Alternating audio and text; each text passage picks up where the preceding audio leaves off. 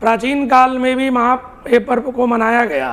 गणाधीपम नमस्कृत्यम, भगवान गणपति को नमन प्रणाम करते हुए मोदकम प्रियम रक्षा सूत्र को भगवान को समर्पण किया गया। मोदक भगवान को भोग लगाया गया।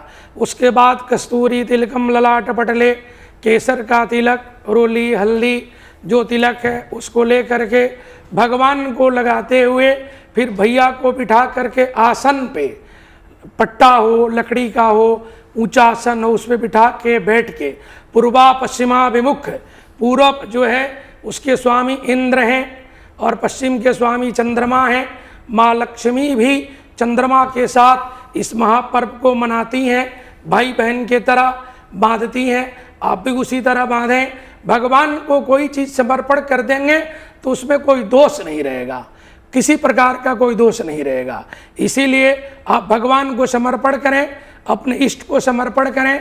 आप जिसको मानती हैं, हो सके भगवान कृष्ण भी हो, शिव हो, विष्णु हो, गणपति हो, रुद्र हो, किसी को समर्पण करके अपने भैया के कलावा में उस चीज़ को ले करके हस्त में, देखिए कभी भी रक्षा सूत्र खाली नहीं बंधवाना चाहिए। भाई लोग में संदेश देना चाहता हूँ कि बहन को जो भी आपकी सामर्थ्य है, हाँ। तुलसी पत्रम से लेकर के एक सेट हो, अन्यथा एक वस्त्र हो, अलंकार हो, हाँ। आभूषण हो, जरूर दे, क्योंकि ऋण है। इस ऋण से जब आपकी मुक्ति मिलेगी, जब अपने बहन को आप कुछ दोगे और पूर्णिमा तिथि पे दोगे तो आपका घर सदैव पूर्ण रहेगा, हर तरह से पूर्ण रहेगा। शास्त्री जी, आजकल तो वैसे ट्रेंड चेंज हो गया है, बहनें पहले ही कंडीशन रख देती हैं कि आप इस बार हमको क्या दे रहे हैं, और भाई भी एक्सपेक्ट करते हैं कि बहन भी राखी के साथ साथ उनके लिए कोई गिफ्ट लेकर आए। ट्रेंड्स बदल रहे हैं, त्योहार मनाने के तरीके भी बदल रहे हैं।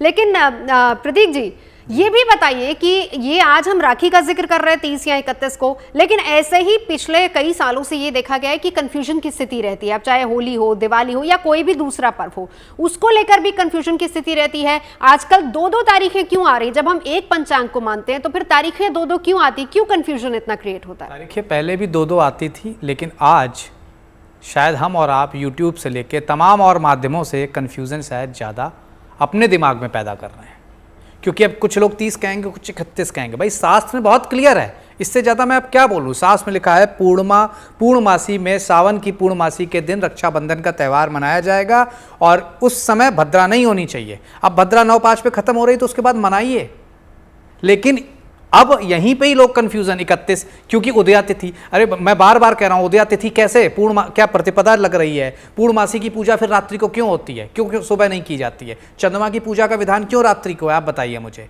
जब पूर्णमासी चंद्रमा को समर्पित है तो फिर कैसे नहीं रात्रि को रक्षाबंधन मनाया जाए? सारा कंफ्यूजन हम ही क्रिएट कर रहे हैं, और जितनी ज़्यादा कलयुग बढ़ रहा है तो आप देखेंगी ना, हमारा जो पॉजिटिविटी है अंदर, हमारा जो कॉन्फिडेंस है लूज होता जा रहा है। और जब इस तरह से 1 या 2 जगह आप पढ़ते हैं तो आपके दिमाग में इतना ज़्यादा कन्फ्यूजन गहरा जाता है कि फिर वो धीरे से चेन बन जाती है और तमाम व्हाट्सएप से लेके हर जगह वो घूमने लगता है कि और हर तिथि में ये ड्रामा हो रहा है। मैं इससे एग्री करता हूं, लेकिन इसको कहीं ना कहीं समझना चाहिए। पंचांग क्लियर है, शास्त्र क्लियर है। पंचांग कह रहा है 30 तारीख, शास्त्र कह रहा है कि पूर्णिमा। अब इसके ज़्यादा क्या बोला जाए? अगर उसके बाद भी कंफ्यूजन है तो सिर्फ एक ही उपाय है कि मैंने बोला, पहले भगवान को बांधिए, फिर वही राखी अपने भाई को बांध दीजिए।